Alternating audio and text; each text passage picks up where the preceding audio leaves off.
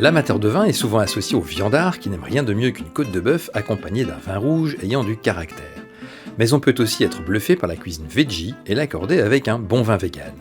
C'est l'étonnante découverte que j'ai faite récemment grâce à Mehdi Favry, un jeune chef créatif, cofondateur de Maslow, un restaurant végétarien qui compte 2 établissements à Paris, et grâce à un jeune couple de vignerons, Caroline et Nicolas Allier, cofondateurs de la marque Sauvagine qui élabore des vins résistants par nature. Nous avons enregistré cet épisode il y a quelques semaines au Maslow Temple, dans le 3e arrondissement parisien. Je m'appelle Philippe Hermé, bienvenue dans Vin Divin. Bonjour Mehdi, bienvenue dans Vin Divin. Alors on va tout de suite commencer peut-être par expliquer pourquoi en fait tu as créé ce restaurant, ces restaurants végétariens. Mes associés, voilà, on était tous les 3 passionnés de restauration. Moi je suis chef, j'ai fait l'école hôtelière, j'ai fait plein d'événements différents, plein de cuisines différentes. Et tout le sujet, on se questionnait sur comment on fait notre passion, c'est-à-dire des restaurants, des lieux sympas, mais en conjuguant à ça une forte valeur environnementale et sociale. Donc tout le sujet, ça a été d'enlever la viande, de retravailler, d'enlever le poisson aussi, de bien regarder ce qu'on achète, quels sont les modes de production, les modes d'agriculture, pour réduire au maximum notre impact. D'accord, donc en fait, on précise bien ici que tu ne remplaces pas en fait tes ingrédients par d'autres, par exemple de la viande par de la viande à base de soja, mais tu recrées complètement les plats. Exactement, 0 simili, pas de tofu, pas de fausse viande. D'accord. Tout le sujet, c'est de travailler avec ce que la nature nous donne. Donc le principe, c'est des mezzés que tu proposes ici pour faire venir une clientèle quand même plutôt jeune, mais avec des prix quand même assez abordables, je crois. Ouais, voilà, c'est des petites assiettes à partager, on va dire libres de style, c'est une cuisine métissée, avec des prix qui commencent, les assiettes vont de 4 à 13 euros, et il faut prendre à peu près 3 assiettes pour avoir bien mangé, donc c'est un ticket moyen à 30 euros dans les Maslow et 20 euros dans les Fellows. Voilà, en sachant que tu fais quand même énormément de couverts, ça demande quand même une certaine organisation pour pouvoir gérer toutes ces équipes, et maintenant qu'il y a 3 restaurants, comment tu fais en fait ? On s'organise bien, oui, c'est 140 staff en tout dans Maslow. Et oui, au début, les 6 premiers mois, Maslow premier, c'était l'enfer. Comment tu cuisines du légume, donc des énormes volumes qui te donnent à la fin des petites quantités pour autant de clients en full produit brut, parce que Maslow premier, c'est 18 000 clients par mois. Ici, Maslow Temple, c'est 14 000 et un Fellow, c'est 8 000. Donc ça fait beaucoup de gens à nourrir. Donc il nous a fallu avoir de nouvelles méthodes de travail, être organisé et apprendre à s'approprier cette nouvelle cuisine.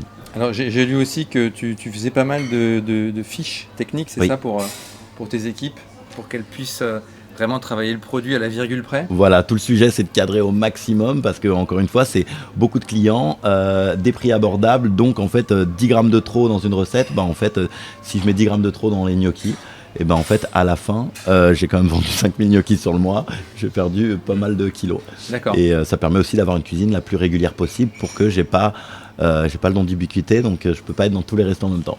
D'accord, très bien.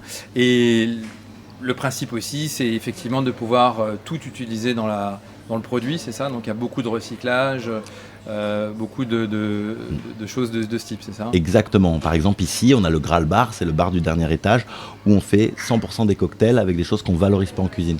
Donc à chaque fois, le tout, c'est de se dire comment on arrive à utiliser un ingrédient de A à Z, et ce qu'on n'arrive pas à utiliser, on a des composteurs dans nos restos, donc on composte nous-mêmes, et on rend à notre producteur qui, lui, dépend ça sur ses champs. D'accord, parfait. Donc maintenant, je vais me tourner vers nos jeunes vignerons. Comment s'est faite la rencontre avec Mehdi ? Alors très simplement, en fait, comme beaucoup de gens, on est allé découvrir le restaurant Maslow au quai de la Mégisserie. Et on avait envie d'y aller depuis longtemps, et c'était une super expérience, et on s'est dit, en fait, on partage les mêmes valeurs. Nous, nos vins, on est vraiment sur un positionnement pour accompagner la cuisine végétale. Donc on a sollicité Mehdi pour une dégustation, on lui a transmis des échantillons, et voilà, et puis la dégustation s'est super bien passée, Mehdi a été adorable, et c'est comme ça que l'aventure a commencé. Et toi, tu as été séduit par la cuvée blanche de Sauvagine ? Ouais, aussitôt j'ai été séduit, parce qu'en fait c'est un vin quand même assez atypique, qui rentre dans nos gammes de prix, ce qui n'est pas souvent facile. Le cas, ouais. Voilà, le bon cahier des charges, le bon prix, des vins avec des notes aromatiques de pêche, d'agrumes qui nous ont vraiment plu. D'accord. Donc on est très content d'avoir Sauvagine blanc à la carte. Superbe. Alors on va parler maintenant de votre idée de créer ce vin. C'est venu d'où cette idée de créer un vin vegan ? En fait, déjà, ce qu'il faut dire, Nicolas et moi, on a plutôt tous les deux grandi dans des familles traditionnelles avec beaucoup de viande à table depuis toujours. Mais il y a quelques années, il y a une envie, une attention aux animaux qui a refait surface complètement. Et en fait, à ce moment-là, on a adopté un mode de vie végétal. Pour autant, on n'a pas du tout perdu notre goût pour le vin, qui était quelque chose qui nous a animés tous les deux. Moi, je viens d'une famille de viticulteurs, Nico d'une famille d'agriculteurs. On s'est rencontrés tous les deux en formation d'agronomie. On a fait nos stages dans le milieu du vin. Enfin bref, on était passionnés de vin. Mais on se pose la question, lorsqu'on est végétarien, végétalien, en fait on ne parle pas forcément aux végétariens sur le vin. Typiquement on allait faire des salons de vin et on demandait avec quel plat on pouvait accorder les vins qu'on aimait bien, et jamais évidemment on nous parle de plats végétariens. Donc c'est comme ça en fait, c'était l'envie de concilier notre passion, notre origine familiale avec ce nouveau mode de vie, du coup, végétarien. D'accord, parce que le fait de faire de la cuisine végétarienne, ça ne demande pas plus de créativité que de faire de la cuisine un peu plus classique. Est-ce qu'il ne faut pas justement être un peu malin ? Ouais, un peu malin, et je pense que c'est surtout un changement de paradigme. C'est-à-dire, il faut se dire, pendant longtemps, en fait, les gens qui faisaient des plats végétariens, ils l'abordaient sous le cadre de la garniture. Donc, ok, je vais faire un plat végétarien, je vais faire un risotto. Ok. Ils se disaient pas en fait, mon bœuf bourguignon, je vais prendre la même technique que celle que j'applique au bœuf, avec la garniture aromatique, etc. Et je vais l'appliquer à n'importe quoi, une patate douce ou un cèpe. Tout le sujet, c'est de considérer le végétal, le légume comme la pièce principale. Et je pense que c'est ça la clé pour créer des plats végétariens qui fonctionnent et qui sont gourmands et qui changent. Juste pour terminer sur le restaurant, on va revenir ensuite à Sauvagine. Le plat signature ici, c'est quoi ? Le pitivier ? Exactement. Ouais. T'as pas besoin de moi en fait. Parce que je l'ai goûté, j'ai eu la chance de le goûter, Oui. c'est pour ça. Ça, tu vois, c'est l'exemple parfait. Tu travailles un plat qui normalement se fait avec de la viande. Tu fais un jus réduit qui normalement se fait avec des carcasses de viande. Mais en fait, tu as utilisé que des légumes et des champignons et du vin rouge. Alors, on va revenir à Sauvagine. Il y a deux cuvées, une cuvée rouge, une cuvée en blanc. La cuvée en blanc, elle est notamment issue d'un assemblage de 3 cépages, dont un qui est un cépage résistant et qui est plutôt un cépage peu connu, qui s'appelle le Souvigné gris. Pourquoi avoir choisi ce cépage, finalement, et cet assemblage ? En fait, pour nous, les cépages intéressants, ils sont vraiment extrêmement intéressants d'un point de vue agronomique, mais en plus, c'est le cas du Souvigné gris d'un point de vue gustatif. Il a été sélectionné aussi pour ça. L'idée de prendre des cépages résistants, c'est d'avoir des cépages qui sont naturellement résistants aux maladies de la vigne. Aujourd'hui, l'oïdium, le mildiou, et dans des régions telles que Bordeaux, mais c'est le cas vraiment ailleurs, où il y a de l'humidité, c'est vrai qu'il pleut beaucoup à Bordeaux. C'est le cas. Un jour sur deux, un peu moins. Et donc c'est quand même très sensible.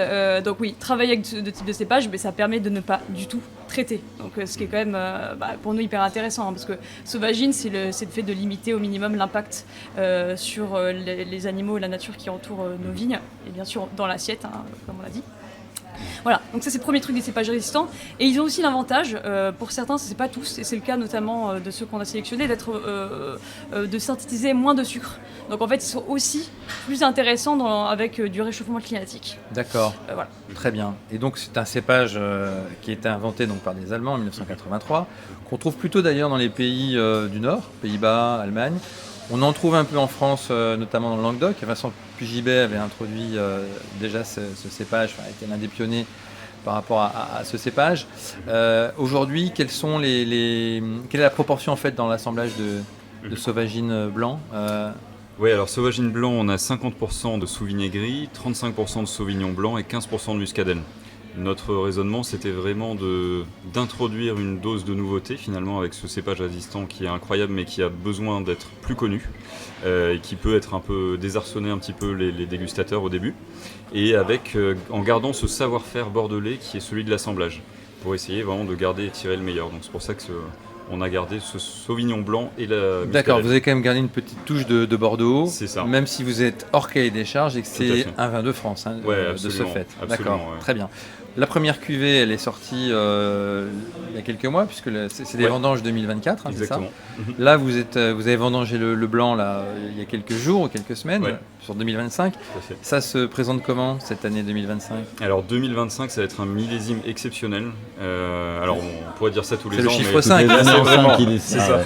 À Bordeaux, toutes les années en 5. Tous les ans, c'est comme ça.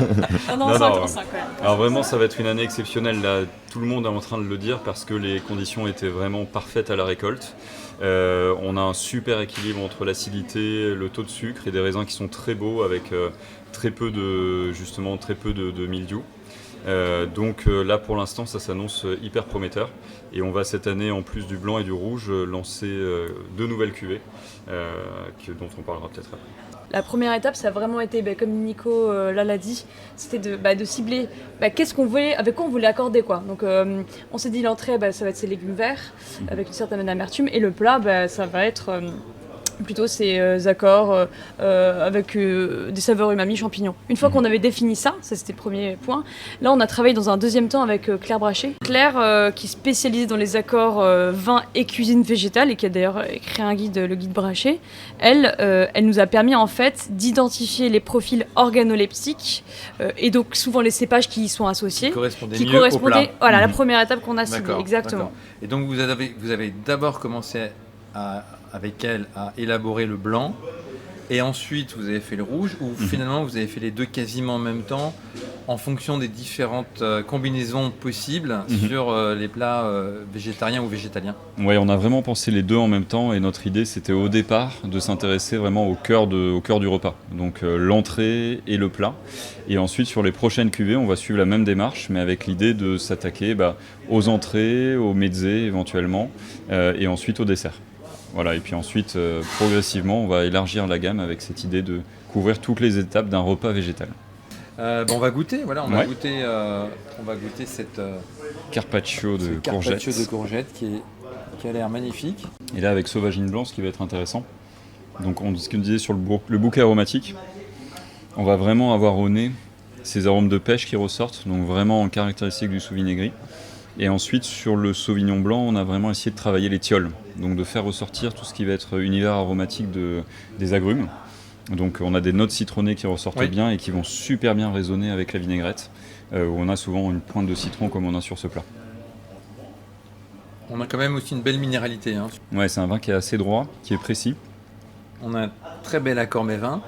On a aussi à côté là, les gyoza. Donc ça, Oui, alors gyoza est à base de miso de poireau accompagné d'une sauce tahini. Donc là on est plutôt sur un univers umami. D'accord. Et donc celui-là on l'a plutôt pensé Réservé pour le rouge. Pour le rouge, D'accord. exactement. On est aussi sur un autre cépage résistant qui est le monarque. Alors racontez-nous pourquoi le monarque. Le monarque aussi intéressant parce que toujours résistant naturellement aux maladies de la vigne, donc super. C'est un cépage en fait qui est très très très peu planté encore aujourd'hui. Ça représente quelques dizaines d'hectares. Alors ça se développe, mais c'est encore très peu fréquent. Il a commencé à apparaître à Bordeaux il y a quelques années parce que justement dans le cahier des charges de Bordeaux, ils acceptent aujourd'hui à hauteur de 10% maximum dans l'assemblage d'expérimenter des cépages résistants, dont le monarque. Donc c'est pour ça qu'en fait mes frères avaient commencé à expérimenter ce cépage-là. Et on avait commencé à le déguster, il est extrêmement intéressant, non seulement parce que il est bon, parce qu'il est résistant, et en plus dans le cadre de notre envie pour le profil de ce vin, il correspond vraiment au profil notamment très fruité dont on avait besoin. Ouais. Là, je laisse Nico et il a compléter. aussi des notes variétales qui vont tendre vers vont permettre de faire ressortir des notes empyromatiques et aussi donc des notes de sous-bois qui vont super bien se marier avec l'univers umami de la cuisine. Typiquement les champignons dont tu parlais, le pitivier de champignons, on est vraiment sur ces notes de sous-bois, on a l'humus vraiment au nez et c'est vraiment le même univers que ces notes, certaines notes empyromatiques qu'on va retrouver dans le monarque. Est-ce que vous avez l'intention de lancer d'autres cuvées ? Les prochaines cuvées à venir, on a notamment pensé au dessert. Alors évidemment, on ne va pas mourir instantanément si on ne le boit pas sur du dessert, mais en tout cas, nous, on l'a pensé là-dessus. Donc ça va être Sauvagine, je donne son nom. Sauvagine ultra rose, parce qu'en fait, ça va être une couleur qui va vraiment être entre le rosé et le rouge. On va avoir une grosse intensité. Presque un clairet alors. Voilà, clairet dans le bordelais. À Paris, on entend plus le mot rouget, donc Donc voilà, ça D'accord. dépend de la région Ok, dans laquelle ok, on ok. Cet esprit-là, ouais. Voilà, donc celui-ci qui va notamment aller très bien sur la partie dessert parce qu'il y aura une légère sucrosité, une légère effervescence, hein, bref, travailler notamment pour mettre en valeur les fruits, notamment. Et il y aura une autre cuvée aussi. Et toujours à base de cépages résistants ultra rose. Et on a une 4e cuvée qui est en cours de préparation, donc c'est ce qu'on appellera Sauvagine indomptable.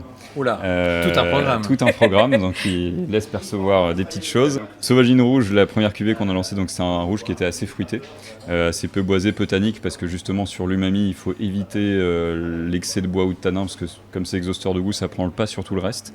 Là, sur cette nouvelle cuvée indomptable, on va essayer d'explorer un vin qui va être plus, on va dire, un style de vin de garde avec une structure un peu plus importante et qui permettra d'accompagner des plats qui vont être Plus riche. plus riches avec beaucoup, peut-être un peu plus de gras.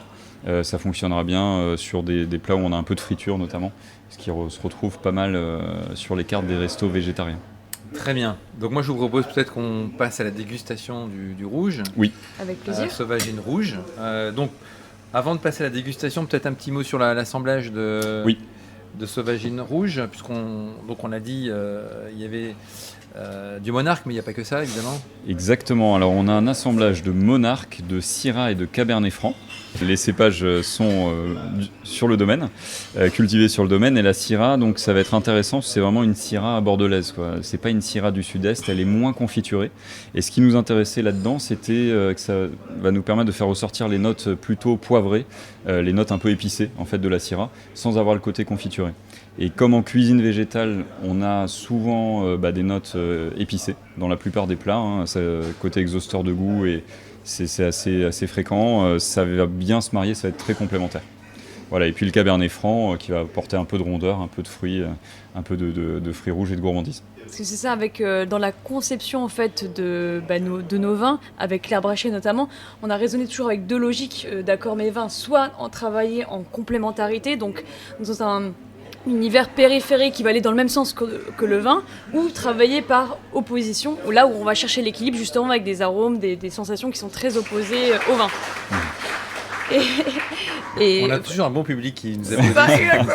Exactement. Et donc à chaque fois on a joué sur ces deux logiques pour trouver l'accord parfait. Et dans le cas par exemple tu cites les épices, là on était vraiment sur le côté complémentaire quoi. C'est presque le vin assaisonne presque en plus le plat. Enfin on est vraiment dans l'harmonie. L'harmonie, oui. Très bien, Exactement. je vous propose qu'on passe à la Allez, dégustation. Dégustation. Donc première cuvée de Sauvagine en rouge. Exactement. Donc c'est vrai que là maintenant ça commence à être le bon moment pour déguster parce que même si effectivement on a conçu ce vin pour qu'il soit quand même bu jeune, il faut quand même que le vin, contrairement au blanc, il a besoin de son petit temps de stabilisation quoi. Complètement. À part donc chez Maslow Temple, où est-ce qu'on peut trouver Sauvagine aujourd'hui? Dans quels autres restaurants ou quels cavistes par exemple? Oui. Alors vraiment c'est que en particulier, c'est assez naturel pour nous, c'est d'adresser en premier lieu au restaurant où il y a une part belle qui est donnée à la cuisine végétale. Donc il y a aussi Tekes, par exemple, c'est un exemple qu'on peut bien sûr. citer. Restaurant végétarien aussi. Exactement, 100% végétarien, qui est une cuisine, alors pour le coup, centrée sur une cuisine méditerranéenne, végétarienne. Il y a aussi d'autres restaurants qui ne sont pour le coup pas 100% végétariens, mais qui ont pour le coup un sourcing vraiment très responsable, qui vont avoir beaucoup de local et des produits qui sont tous bio, en tout cas en grande majorité. Souvent, ouais. Donc la cantine Champ Libre, c'est un autre exemple. Voilà, c'est un peu le spectre en tout cas aujourd'hui du type de restaurant dans lequel est Sauvagine. Donc aujourd'hui c'est principalement restaurant, mais il y a aussi des cavistes. Je pense que ce qu'il faut éviter absolument dans notre démarche et d'une manière générale avec cette évolution de l'alimentation qu'on connaît, c'est il faut surtout pas culpabiliser les gens. Je pense qu'il y a une nécessité globale qui est qu'on mange tous collectivement moins de protéines animales parce qu'on sait que ça coûte énormément d'un point de vue environnemental. Et donc si on veut tous vivre collectivement, c'est nécessaire. En revanche, après la démarche d'en manger moins et ensuite de ne plus en manger du tout, ça c'est plus une démarche personnelle finalement qui va relever de la sensibilité de chacun.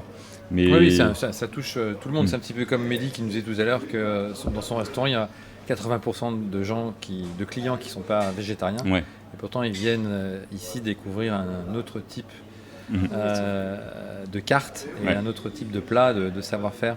Donc c'est ça qui est intéressant. Si tu devais, question un petit peu difficile, mais si tu devais nous recommander un vin, quel est le vin qui t'a ébloui ces 12 derniers mois en dehors de Sauvagine? Mince. Quel vin qui m'a ébloui. J'ai goûté je suis un grand passionné des vins d'Alsace. Je trouve qu'on fait des choses incroyables là-bas et que c'est très sous-coté. Donc il y a un domaine Achillée qui m'a fait goûter des Alsaces en macération incroyables. Je pense que c'est mon dernier coup de cœur. C'est vrai que l'Alsace est assez sous-coté, je te l'accorde. Franchement, j'ai Des goûté très belles choses. des choses incroyables. Et moi, ce que j'aime, enfin l'essence des vins que j'aimerais proposer dans tous mes restos, c'est le cas chez Fellows, on est un peu plus libre, comme on est dans le 10e. C'est des vins à chaque fois atypiques, voilà, comme c'est le cas avec Sauvagine, comme c'est le cas avec ces Alsaces macérées. Voilà, proposer une aventure pour les gens qui ne se connaissent pas spécialement au vin, mais qui ont juste envie d'un vin marqué avec une typicité forte. De la même manière que j'ai demandé à Mehdi de me parler d'autres vins que Sauvagine, est-ce que vous, il y a une adresse que vous pourriez conseiller à nos auditrices et auditeurs? On a parlé un peu avant, mais moi j'aime énormément la cuisine de Tekes, la cuisine méditerranéenne qui est une cuisine qui effectivement que j'adore de base, et effectivement avec laquelle on peut faire énormément de choses dans le végétal. C'est assez magnifique. Ouais. Et moi j'aimerais bien vous recommander un resto qu'on aime beaucoup qui est The Friendly Kitchen. D'accord. Qui est un restaurant dans le 11e qui est très tourné végétal évidemment, avec une chef très talentueuse qui s'appelle Fanny et qui est une des pionnières justement de cette cuisine-là, avec une créativité qui est vraiment incroyable. D'accord. Et une belle sélection de vins évidemment. Et pour terminer, est-ce qu'on peut aujourd'hui venir vous rendre visite et voir un peu le chai de Sauvagine? Est-ce que c'est ouvert au public? Oui, complètement, avec plaisir. Au contraire, c'est vraiment, on est ravis d'accueillir des gens. Et voilà, il faut juste prendre rendez-vous et nous contacter, mais les portes sont ouvertes et c'est toujours un plaisir. D'accord, donc vous êtes situé où exactement alors? Où est-ce qu'on vient vous Alors, visiter? c'est la commune de Le Tourne, qui est relativement peu connue, on va pas se mentir, qui est dans les Côtes de Bordeaux, pas très loin de Cadillac. D'accord. Voilà, donc on est à peu près à 25 minutes au sud-est de Bordeaux, au bord de la Garonne, sur des terroirs vraiment de coteaux qui sont très vallonnés et qui permettent d'avoir justement des vins qui sont plutôt concentrés et avec un très bon potentiel aromatique. On est sur rive droite là, on est d'accord? Ouais, hein. tout à fait, rive droite de la Garonne. Ok, parfait. Merci, Merci Caroline, Philippe. merci Nicolas, et puis je vous dis à bientôt. Merci Philippe. C'était un À bientôt. plaisir, Au revoir. merci. Merci d'avoir pris le temps de nous écouter. Vous pouvez retrouver cet épisode sur vindivin.fr avec toutes les infos sur Sauvagine, le restaurant Maslow et nos invités. Si vous avez apprécié ce contenu, partagez-le autour de vous, abonnez-vous à Vindivin sur les plateformes de podcast ou sur les réseaux sociaux et envoyez-nous un message sur Instagram ou via le club des abonnés pour nous dire ce que vous souhaiteriez écouter sur Vindivin en 2026. Ce contenu a été créé avec le soutien de Alma, société de conseil en croissance digitale.